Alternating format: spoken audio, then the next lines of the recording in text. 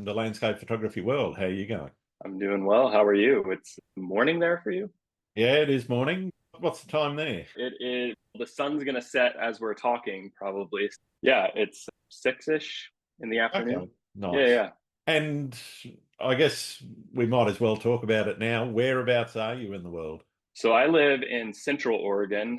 Most people, when they think of Oregon, they think of the lush forests and the rainforest that Yeah, the it stays typical wet. Pacific Northwest. Yeah. Right. Yeah. But I'm on the other side of the Cascade, um, just at the foothills of it. The climate's a little more arid here, and we're in kind of the tail end of the summer. Typically, it's a lot warmer, I think, this time of the year, at least last year or the Yeah. previous years were. But we've seen a little bit of like rain in the forecast and cooler temperatures. Yeah. So Central Oregon is a great kind of launching point to all parts of Oregon. And yeah, I love it here. Pretty Nice. cool place. We talked about where you live. We'll talk a little bit more about that later, but I'm interested in who you are. Who is Matt Redfern and why does he do landscape photography? Man, yeah, that's a good question. So I didn't always live here. I've only lived here in Oregon for 3 years. I was in Southern California before that for a little while, but I grew up on the other corner of the US in around Atlanta, Georgia. So yeah, I guess kind of thinking back to how I got into photography, I guess I always had a camera in hand, it felt like, whether that but started with those disposable cameras that you'd take to the pharmacy and they'd print out pictures. So I burned through so many of those on like travels that we would do as a family, or I'm traveling elsewhere with friends and stuff. Mhm. And yeah, that kind of morphed into eventually, long story short, going to college, and I took a digital photography 101 course. And I passed that course with a point and shoot like Canon PowerShot camera. I was the only one in the class without a DSLR. Wow. Yeah, somehow passed. Were you shooting So RAW on it or? no JPEGs. Yeah, for Oh, sure. awesome. I don't even know if it had a raw setting, to be honest. Yeah, I know But the older ones didn't. They came out with that probably about 2009, 2010, I think, maybe.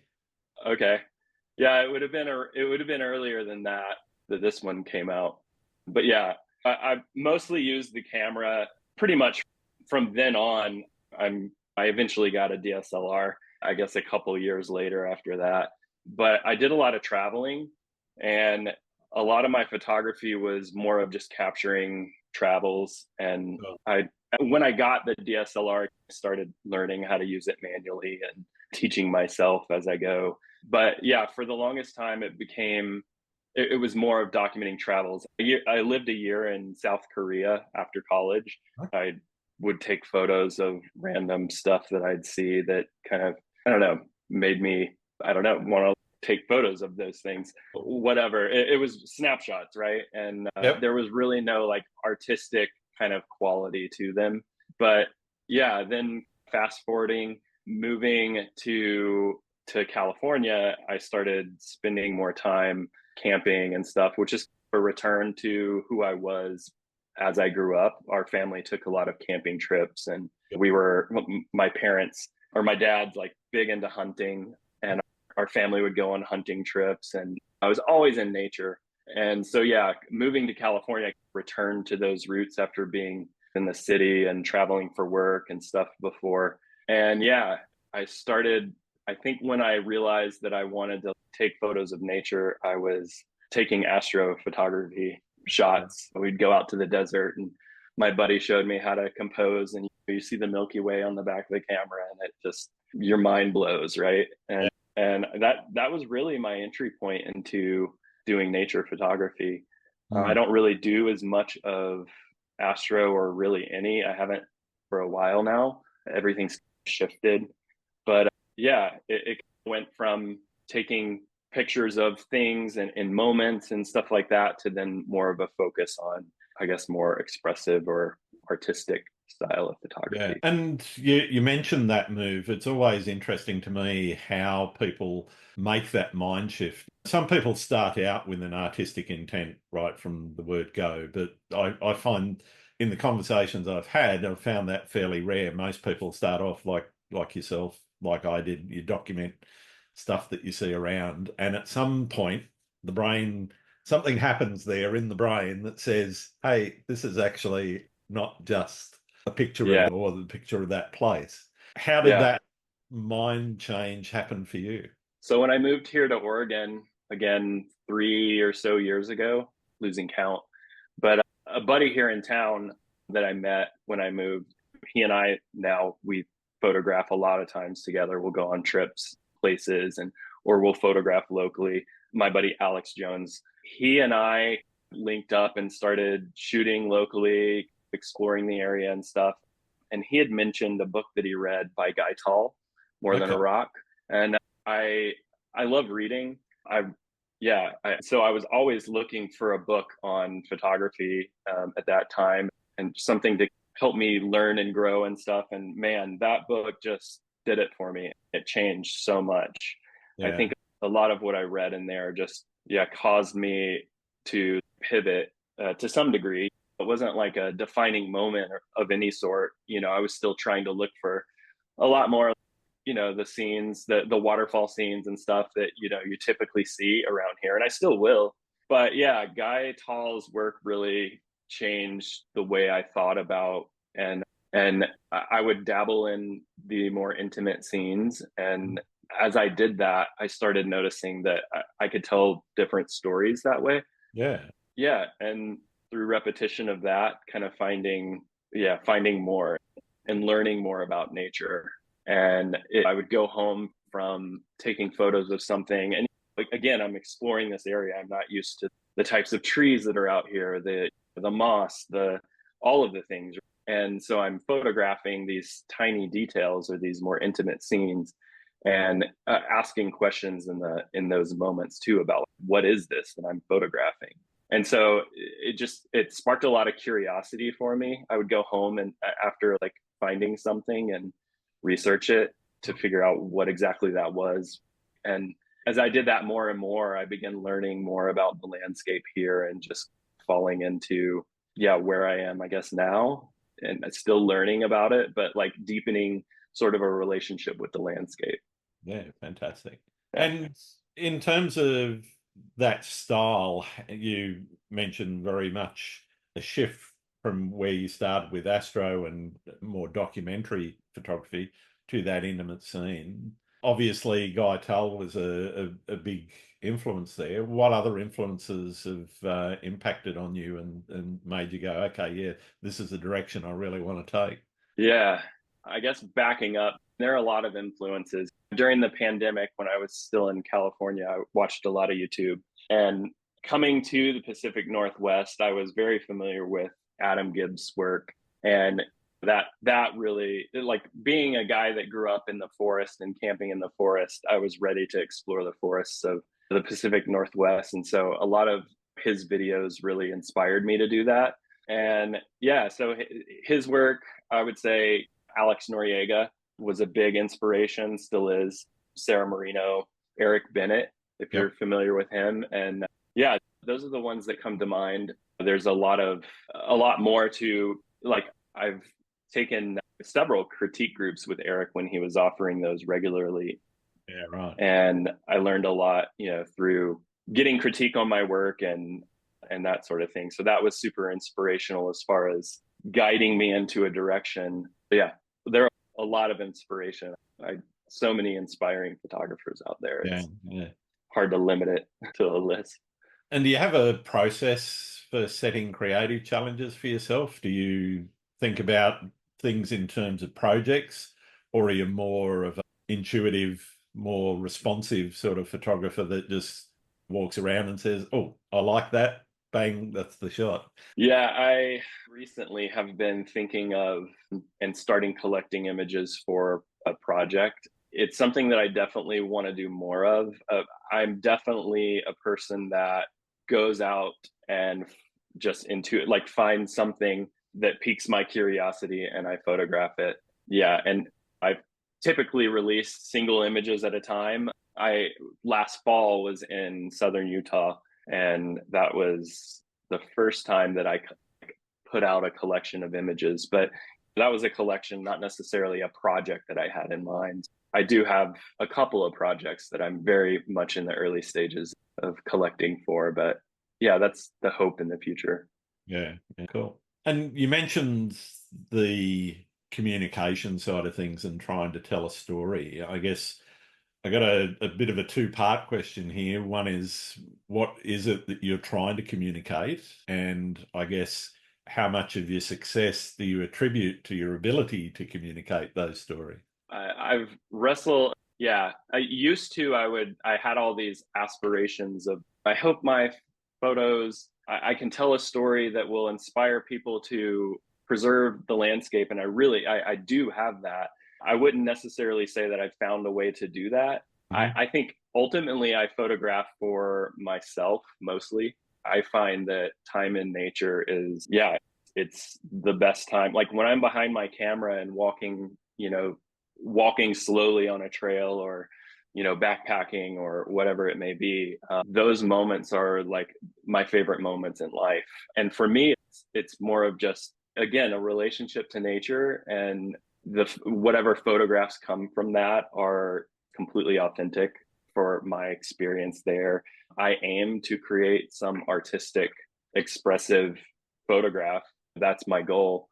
But as far as how it is communicated to the viewer, I don't necessarily, yeah, I'm not doing it specifically for the viewer. If it communicates something, great. And ultimately, if it drives a love and passion for someone who can't necessarily get out to the landscape or experience that kind of landscape, that is all the more better. Yeah, yeah, that's, and I forgot the second part of your question. How much of your success do you attribute to being able to communicate? Because for me, the communication in photography is one of the reasons why we all do it. Yeah, It's not just to capture it and keep it for yourself, though right. the satisfaction of creating a very nice image by yourself and maybe hanging it on your wall is great, but we share it and we're putting it out there into the world. So for me, that is obviously a big reason why we do what we do. And I guess Yeah. I'm just interested in your take on how you feel you've succeeded in that communication. Yeah, there's with the aim for expressive images, there's always an idea that you're playing with, right? And you hope that someone experiences or understands that idea that you're Yeah. trying to get across with the photo. So I definitely have that goal. And I when I feel like I've executed well on that idea, it's not necessarily the best way to gauge that, but often on social media or sharing with a friend, a lot of my images I'll share with friends and get feedback before even Mm. sharing it on social media. So I do gauge whether or not that came across, and that's the hope, that some sort of idea does come across. Yeah. So yeah, I hopefully that answers your Ah, question. that's great. That's great. You mentioned the connection to conservation and the beauty and helping people understand the beauty of the natural world. How do you balance the desire to capture a unique or interesting image with the need to respect and minimize your impact on the natural environment? Yeah, that is definitely the question. First off, I don't ever share location Yeah. specific information. I think it's important to, and if someone were to ask, where is this, I'd rather show them, and show them as we go there how to minimize our impact. So yeah, there are sensitive areas that, yeah, I follow the leave no trace principles, right? Yep. Yep. So I make sure that my impact is minimized. And for the most part, I've done most of my shooting within driving, or I've done all my shooting at this point within driving distance where I'm at. So I like to shoot locally. I feel like there's so much around me that is accessible, and where I live, I can go in certain directions and encounter completely different types of landscapes. So yeah, I at least try to minimize my impact on nature that way. Of course, no matter what we do, we're impacting nature. It's a You put on the challenge. ground, you're impacting it in some way. Yeah. Exactly. Yeah. Yeah. If I can somehow show that in a photograph, then that would be great, but I haven't figured that out quite yet. So Yeah. it is something I think about though. Like our impact on nature is unfortunately quite evident. Yeah, definitely, definitely. Are there any spots that you've found that you've seen degraded because of foot traffic or the Yeah. getting the shots for Instagram? Yeah. Where I am, there's probably two or whatever big Instagram scenes that I'm aware of. I don't necessarily check into those places that often, so I don't know that I've seen a complete change. But I would just say we have a lot of rivers nearby, and you see the foot traffic eroding the banks where people stand. And yeah, in any sort of trail that in a popular area that people are walking off trail, you'll see the flora and fauna slowly fade away from that Yeah, area.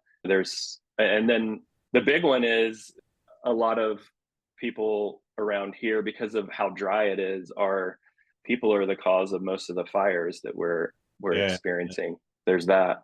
yeah. That's I just cannot fathom how people don't Yeah. understand basic fire safety, and then you find that there's actually people out there deliberately lighting them. It's just, yeah, it just blows my mind that people can think that way. Yeah, we're not following the no campfire rule or Yeah, whatever. Lightning does start a lot of the fires here as well, but it's predominantly human yeah. related. While we're talking about place and so forth, I have a feeling that where people live impacts not only what they shoot, because obviously you're shooting what's around you, but also to some degree how they shoot. Do you feel the same way, or do you think there's very little impact of where you are and the place impacting how you're making photos? Yeah, good question. I honestly, I don't think that it impacts how I shoot.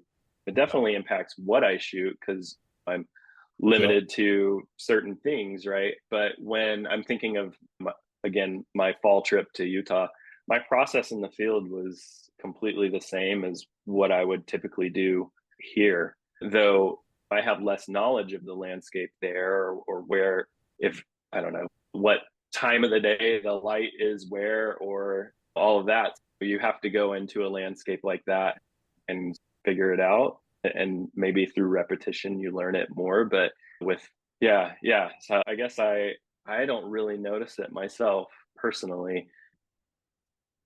Yeah. Have you ever challenged yourself to think outside the box and experiment? And how has that impacted how you've shot?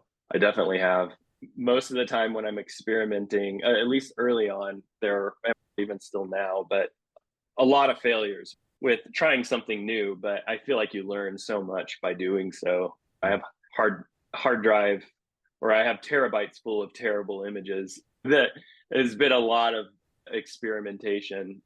But I think every time I go out into nature, I don't feel like I have in mind a specific shot or a focal length or a technique or something like that to use. Typically, I feel like I've experimented so much that I think of in terms of having like tools in a tool belt that you can pull out at any sort of time and photograph in a certain way. So when I, yeah, having experimented a lot and continue to experiment, I think of, okay, what is this scene? What am I seeing in this scene right now? What's drawing my eye? And then work from there. What are the different techniques that I can use to portray whatever it is I want to portray? Yeah. What is photography in your life? Is it a full-time gig, a side hustle, a hobby, or just something you do when in your spare time? I don't know how you quantify side hustle. I have made a little bit of money from it, but it's definitely a passion. It's my favorite thing to do outside of be with my family and my wife and dog. Yeah, it's all consuming, I'll say. Not a single day goes by without me thinking about photography in some aspect. Yeah. So yeah, it with how much energy I put into it, it should be full time, but it's definitely not. So it sounds a bit like there's not a lot of balance in your life between photography and the rest of life. How do you do that Thankfully, I don't have to hop on a plane and spend weeks or months and take that much time off of work. I do work full time, and I am able to, on weekends or with whatever time off I have, go places. Yeah, I typically, thankfully, that it's so accessible for me. My my wife works, I work, and we make photography work for us. But we're also doing a lot of other stuff. So I'm outside no matter what. I'm into all the outdoor activities here. This Yeah. summer I just got into mountain biking. I'm a snowboarder in the winter. Now a mountain biker in the summer when photography takes a little bit more of a backseat. So yeah, my balance is pretty much every season except summer. I'm more full on with photography. Yeah. Summer's kind of my moment to step back and breathe from being out so much. Yeah, fair enough. What's the furthest you gone? You mentioned that you do mostly driving. Is it something that you drive a long way, or is it just, okay, I'm going out today and I'll be back in an hour or two? Yeah, I would drive if I'm going out this weekend, which actually I'm backpacking this weekend. Sure. But in order to backpack where I'm going, I'm only driving an hour away from where I'm Yeah. at. So usually when I'm shooting locally, it's within an hour driving distance.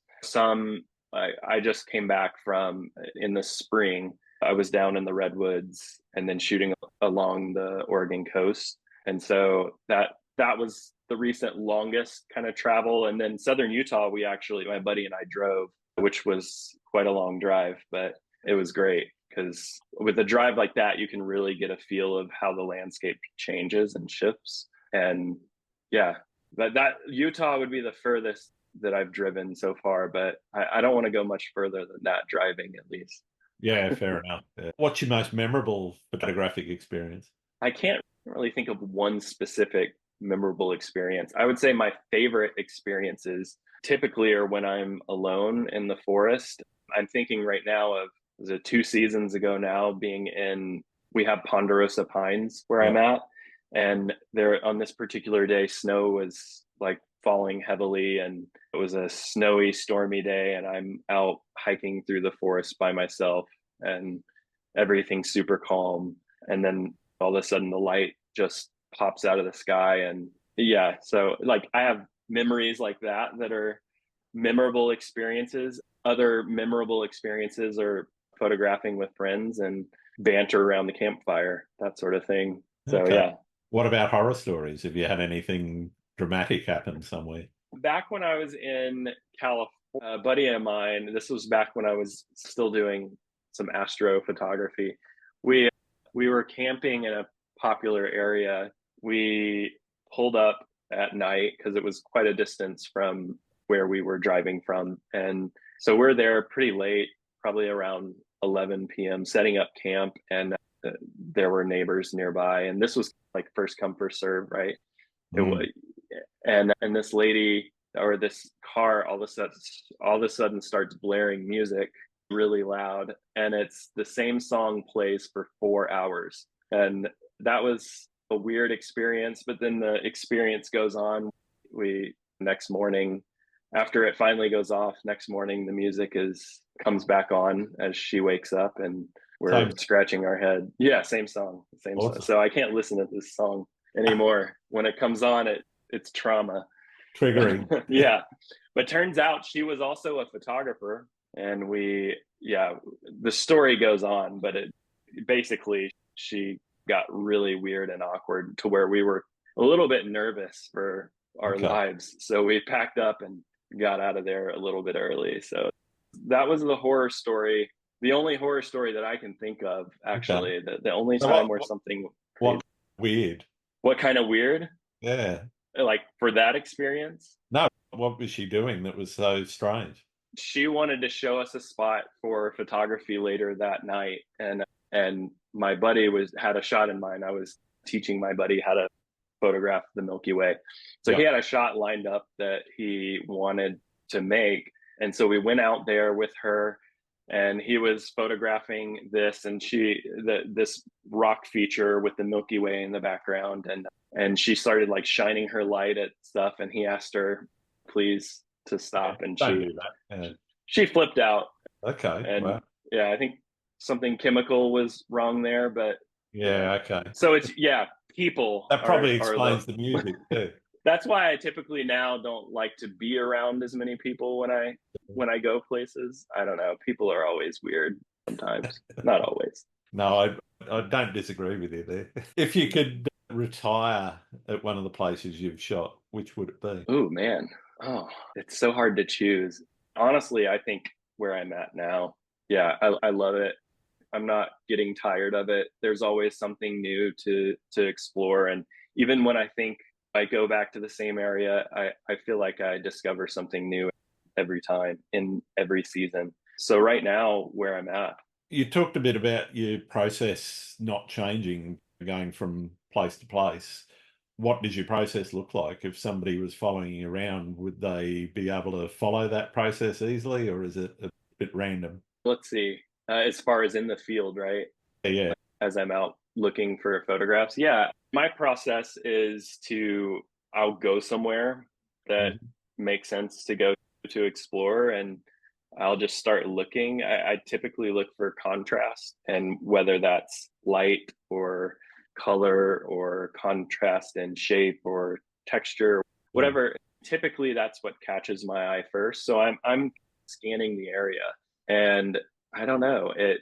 Whenever I find something that piques my curiosity, I'll pull the camera out and begin exploring that subject and photographing it. So I think it's if someone, I mean, I'm very slow on the trail. So, Okay. I won't cover very much distance in a certain amount of time because I feel like I'm looking at everything Yeah. continually. So maybe for some, that style it's not for them and they'd get bored with it. But I think, if someone were following me and they didn't know that I was approaching it that way and I was teaching them, I would show them my process. So, it's very slow and tuned into things, but I get in the flow that way, and it's awesome. What about when you get back to, and are you straight into editing, or do you leave things to sit on the hard drive for a little while before you get into that, or somewhere in the middle? I'm laughing because I'm notorious. Like my friends are not this way, but I'm notorious for leaving it on the hard drive for not even touching. Honestly, hardly do I pull it off of the SD card, put it on the hard drive after. That's always my first step, just to make sure there's a backup somewhere. Because once I Yeah, get home, I know that it's also backing up to the cloud and onto the external yeah. drive. So I know I've then got 3 copies of the things. I think if I had a bad experience with losing my images, having not backed them up right away, then I'd Yeah. probably be different. It backs up to an SD card in the camera. So I'm good To me, there. that's not a question of if, that's a question of when. Yeah, probably. But yeah, no, I should be better at that. Typically though, I don't know, I've always had to disassociate from the experience or whatever, or from those Right. images to then review them later and decide if I'm still excited about, the image. So it goes through an incubation process. And yeah, I don't know how to change that. It's weird. Yeah, it's an acceptable way of making images. If you, I know I've got a lot that have been hanging around that I just haven't got to, and there's Yeah. images that I know, things like panoramas and whatever. Used to be right into creating them, and you get home and you try and stitch them together and make it work. But I've got panoramas for many places that I just haven't touched. I know I've got to Yeah. do it. Oh I yeah. know what I shot, but I just haven't got around to getting there and doing it. I know. It's not like I have a ton of images that I'm continually working through. I have some from I haven't touched from my trip in the redwoods that was at the beginning of or the end of spring. Yeah, I don't know what it is, but I can probably count maybe 2 or 3 images to where I've shot day of and I've come back and started like playing with to Yeah. because I was so excited about them. But yeah, usually I need to let it incubate for a little while, come back to it when I'm feeling and part of that is I don't love the editing process. So I think maybe some of that it has to do with that. But I find a love for it, but it's typically I have to be in the mood to edit Yeah. images. So I don't Yeah, know. I'm the other way. I just see it as part of the process, and I won't always edit immediately, though sometimes if I'm really excited about something that I've seen, then yeah, I'll dive into it. And I think there's no right or wrong to this. That's the beauty of the process. You can do it any way you like. Yeah. When it comes to editing, what does your process look like? Are you somebody that takes a set workflow that you always use, or do you do it image by image and just tweak it based on what you're seeing? Yeah, I wouldn't say there's a set workflow. Typically, the tools that I use are pretty much I would put it in Lightroom and I'll do some kind of basic adjustments to see which way to take it, maybe, or yeah, a little bit of global adjustments. But ultimately, I do my processing in Photoshop just because I'm more comfortable doing it that way. But it's usually just contrast adjustments and very minimal editing. I used to try to do too much to the file and I would start over 3 times to figure it out. But yeah, I typically use masks in order to target at least highlights and shadows and midtones, that sort of Yeah. thing in Photoshop. But yeah, that's typically what I do. I'm not going crazy with AI. So. We can talk a bit about that a little bit later, but for me, that naturalistic style, and I won't say what is what you get, but the style that I see coming out of your work is definitely about that light touch. Here's what this looked like, here's what this felt like to me. And that sort of style definitely shows through in the work of yours that I've seen. Good. I hope so. Do you spend much time planning shoots, or do you tend to just take off and go when you get the opportunity? Yeah, I don't. I plan. I want to go. Like I'm planning to go to the coast again this fall. That's what I plan. But as far as a particular image, I don't ever plan. So you're not I doing okay, this is what I want to get. Not really. Maybe I have an idea of something to look for potentially, Sure. but I don't get hung up on whether or not I'm going to get that shot. Or I Yeah. feel like doing so would lead to a lot of letdowns. And I used to try that workflow, but I've become a whole lot more calm by just going out there and seeing what I see. So I pre visualize like what the light might be doing that day. And I think of, okay, if the light's doing this is what I maybe want to go photograph. But yeah, typically in the moment, typically I'm reacting to whatever the light's doing or the subject matter. Are these flowers blooming today? Okay, great. I'll go photograph those maybe. So yeah, it just depends on what the landscape shows me. Yeah, nice. Do you print much of your work? Oh man, I wish. I'm trying to print more. I do. I sell maybe one print a year, if that, and I Doing don't really better than a lot market. of people. Yeah, it's I have a lot more inquiries than that. Most Oh, yeah. people. Buy your work, but yeah, nothing happens. Yeah, we're all victims of that. This huge print on my wall, and yeah, Yeah. I don't print very often. I I have been lately, like like testing prints and stuff. I have a couple of images of my own printed, but not really hanging. So yeah, I do want to learn it because I know it's a completely different skill, and Yeah. I always freak out when I do have. Not always. I'm better at it now after consulting with others. I used to freak out when I'd get a print order and I'd test print like 3 times to make sure that it was perfect. So yeah, if I can get better at that would be great. But yeah, Yeah. I think it takes getting people wanting print. Yeah, that's exactly it. I print a lot of stuff in books for myself, just for Snapfish or one of those, and upload a bunch of shots and then create a book. I do one of those a year where it's Oh, here's my art shots, but I also do each vacation we go on with my wife and whatever. There's a mix of art and snapshots in there. It's just replacing the old school photo albums. yeah. Do you sell a lot of that? No, no, I don't even try to sell them. It's just they're for me to enjoy and hand them around. If there's people over and they see it on the coffee table or whatever, then they might flick through it. Yeah, and you're like, by the way, I can print those for you Yeah, too for your wall. that's right. And I'll do a really good Nice. deal for you. Yeah, yeah. Friends and family. That's it. That's it. Have you ever hit a creative wall and just had that mental blockage that says, no, photography is not where I'm at right now? Not really.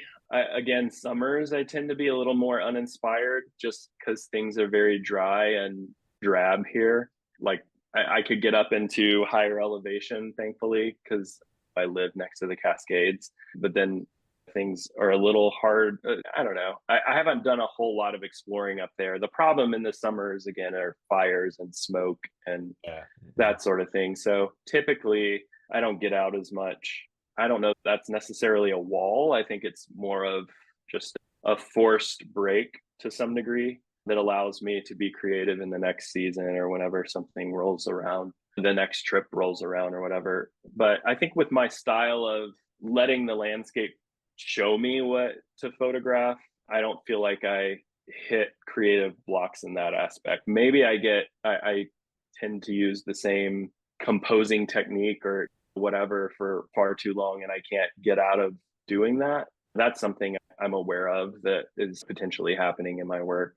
So I Yeah. try to I think we all expand fall like, into that at times. You just go, oh, yeah, I've set the tripod up at full height, yeah, yeah, or down as low as it can go. You go to those two extremes, and you just tend to do that for a while, and then you go, I need to move it around a bit more. yeah, yeah. Or what I'm thinking of, like in the redwoods, we didn't ideally in the redwoods you get fog, right? That's what everyone Mhm. likes to shoot, right? With Yeah, yeah, fog and the rhododendrons and that sort of thing. When I was there, we had one morning of fog, and the rest of the week was just harsh light and wind. And I can deal with light, but when it's windy, man. So it forced me to be a little more creative. But I yeah, also found that I was shooting a lot of the same type of scene, pattern shots, that sort of thing. And yeah, I remember becoming aware of that and being, okay, Matt, stop looking for, don't stop looking for pattern shots, but like you're doing the same sort of thing, try something different. And I have that sort of internal talk with myself sometimes to maybe explore something new. I guess that's something I also do when I'm out shooting. I don't necessarily, if I'm inspired by the light on the trees, I'll photograph those, but I don't get hung up on just doing that one thing. I'll look for other stuff that maybe like I'll look down at the floor, I'll look up or whatever and yeah. explore all these other ideas that are possible. So yeah, going back to your question, no, I don't feel like I have creative blocks. It's more of whether or not I'm inspired to get out or not. You mentioned earlier the value that you've got out of having someone critique your work, whether it's a friend or a mentor or whatever. I guess I'm interested in how that's helped you develop both resilience in hearing criticism about your work because you create this thing and you think it's wonderful and you show it to somebody and you go, yeah, there's this and this, and they rip it apart, which can make people, it can challenge people. So, how has it helped you develop resilience, but also how has it helped you develop as a photographer? I would say that I'm not someone who I'm someone who's always open for feedback or for people pointing out stuff. There obviously is a nice way to do it and Yeah, a yeah. not so nice way to do it. But Just I think, shouting that's been photoshopped. That doesn't yeah, count, does it? yeah, it's good to be a nice person.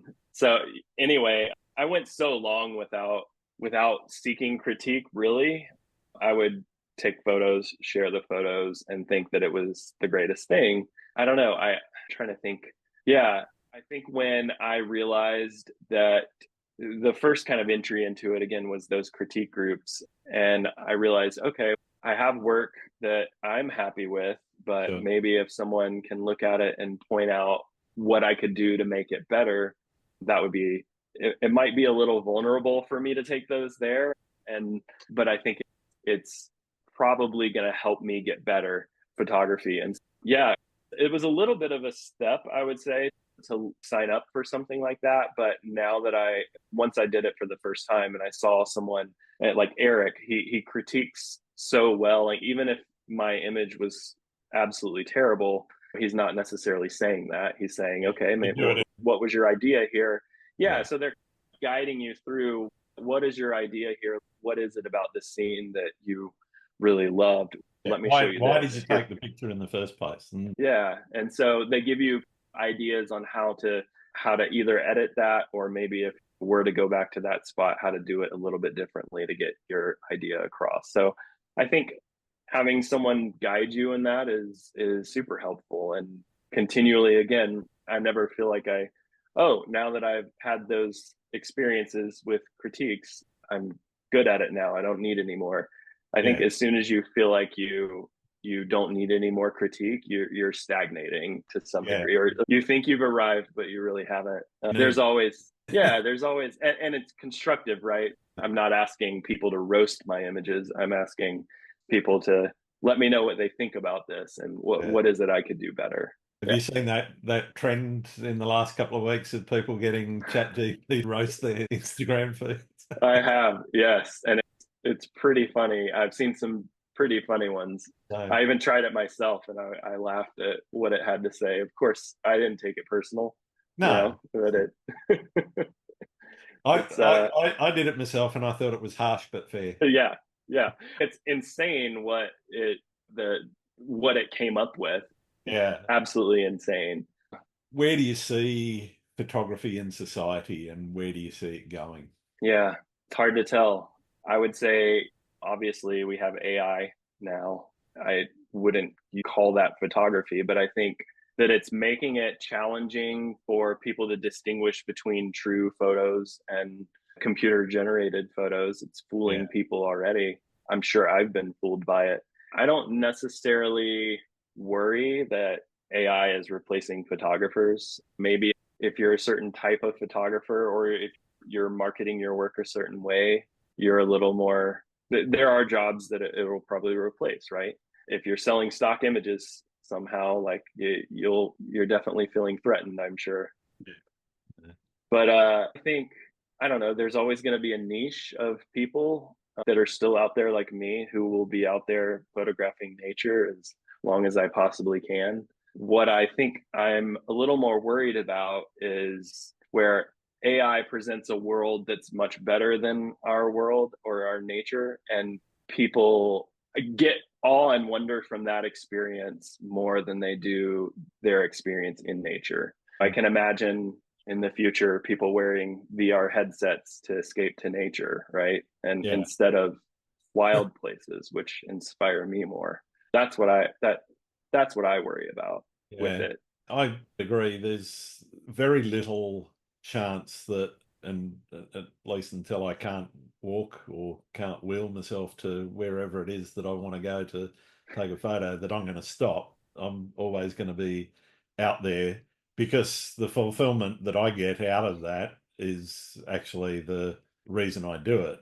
It's not Yeah, because I'm creating a pretty image. The pretty image is ancillary to it's not necessarily the end goal or end reason why I'm going out and doing what I'm doing. It's the fulfillment of being yeah, there. It's being in places that very few people are experiencing, things that very few people experience. That's why I do the kind of photography that I do. And looking at your work, I can get the same sort of feeling, is that you're looking for things that most people would just walk past and go, I didn't even see that. yeah, absolutely. Yeah, 100%. I completely agree. What do you see that is the biggest challenge facing photography right now? Do you think it is AI, or do you think there's other things on the horizon that we need to be looking for? Facing photography in general, I don't know. I think photography will be around just like any art form is has lasted through the ages. I think, again, it's due to, well, I think is the challenges facing at least nature photography is reduction of wild places. Yeah, And with population growth and with climate change, that sort of thing, it's just, I only see a trend in nature being destroyed, unfortunately. And I worry that with more and more consumption that we'll have places to photograph. So that, I would say, is what's threatening maybe nature photography. Yeah, that's what keeps me up at night. Yeah, fair enough. Fair enough. Not to be a downer, but No, it's a so reality we're all facing, and yeah, I've mentioned it a few times on the podcast before that I just don't think governments or people are thinking about it enough or doing enough about it. And whether it's a downer or not, that's a message that I'm trying to get across to people is that we can actually make a difference ourselves, and our voices to our politicians, the voices that are actually going to make the difference, I hope that will get them to pull their finger out and do something. yeah, definitely. Uh, Yeah, hopefully that ends up being the case. Hopefully I'm wrong and things will get better. But yeah, I think it starts there with what you mentioned. what's your favorite thing about being a photographer? My favorite thing about being a photographer is it's so unique to the creative aspect of photography, at least. Yeah, I think engaging with the subject and learning, letting the subject teach you to some degree, that relationship between you as the photographer and exploring and finding things that then pique curiosities. I think that aspect of it is so unique.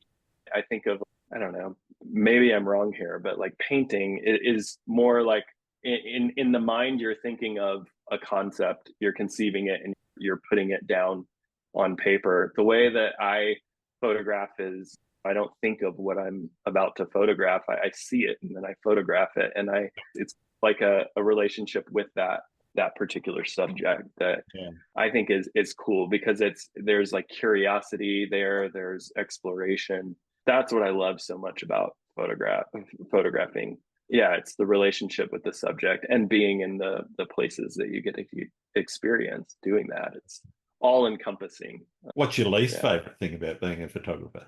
Least favorite thing. I don't know. I don't know what my least favorite thing about. I guess the cost of the gear and all the things that, but once you, yeah, the wear and tear on gear, which I've experienced a lot this year and had to ship things off. But yeah, the cost involved would Yeah, be, no, yeah, I can't think of anything. it would be nice if it was a cheap hobby, but it's a seriously expensive addiction, I think. Can be. What's the best and or worst piece of advice anyone's ever given you? Best advice. I don't know. Yeah, I'd have to think for a while about that one. That's okay. I'm not sure. Not sure. Okay. What about bad Yeah. advice? Have you had any bad advice? I wouldn't say bad advice. There's always people with ideas of, I've been out photographing in popular places, national parks, and come across people photographing things, and they'll point you to something that isn't necessarily what you're trying to photograph or do. But I wouldn't say it's bad advice. It's just advice that doesn't necessarily align with how I operate. I don't know. That's a question I haven't thought about. So maybe there's something more. I'm sure there's a lot of bad advice on social media, but yeah, I don't tend to get hung up on that or give it much time. I got some bad advice about this podcast. How somebody was made a comment on YouTube, of course, which has traditionally been visual media, but I don't know if Right. Google Podcasts no longer exists. So what Oh, they've done is they've ported everything into YouTube Music, which is now where podcast platform is. So my RSS feed from here goes to YouTube instead of Google Podcasts because Google Podcasts isn't there. And yeah. somebody said something like having a video about photography without having photos is like having a ventriloquist show on radio. Wow. Okay, fair enough. Thanks for that. Yeah. Next. Yeah. Oh man. Wow. Oh, I they could have mean, done yeah, it nicer. Again, goes back to what you said. There's nice ways of critiquing things and there's bad ways of critiquing things. yeah. I hope their podcast is doing well. I actually had a look at his channel and I think he's got 5 videos and the last one was 2022. And Yeah. yeah, and it's a pretty awful video from what I've seen of it. I could have Big. wanted about 30 seconds. Yep. Anyway, Yep. whatever. That's part of putting your stuff out there in public, isn't it? Oh yeah. Yeah. You get a lot of people are people. You're never gonna appease everyone for sure. Somebody said to me recently that you're doing well when people are hating you. So Hey, that's yeah. Yeah. Maybe this guy sees you as competition. Could be. Yeah. The more hate you get, the better you're doing, apparently. Are there any people that I should be talking to? Anyone that you think I need to get onto the podcast? Yeah, I have friends that I people that I look up to, right? Whether so first I would say my friend Alex Jones. I think he's working on his website. A Jones Photo is his Instagram. He would be someone that yeah, I would love to hear on a podcast. There's Eric Bennett, who I've Yeah. mentioned. I've again been mentored by him, taught by him, become friends with him. So I always love hearing what he has to say. There's Frank Clark. Are you aware of Brent as well? Another person that's solid. He's given me some really good feedback on stuff. I love his work, and he's an overall amazing guy. Yes. And then yeah, I can list more if you'd No, like. that's fine. Thank you very much. Cool. And if you want to send us a list to add to my list, that's totally fine too. It might be a long list. Mine is already very long. That's good. You have some work to do. Yeah, I've got a few more years in me, I reckon. Awesome. I've got one more question for you, and it's a really important one that many photographers have been arguing about for a long time. Do you like pineapple on pizza? That is a very contentious topic there. I personally, I'm not a huge fan of it. I would never order it actually, but if it's in front of me and it's the only option, I would eat it. So I'm not, If it's on the pizza, you eat it. Yeah. yeah, yeah, absolutely. And I'm curious, have you been tallying these responses up? I haven't actually. I've been doing this for 3 years and I still haven't actually put together a tally. I've been meaning to do it, but I just never get around to it. We've got to know. We've got to get to the bottom of this. Put it out as a poll, I think, somewhere.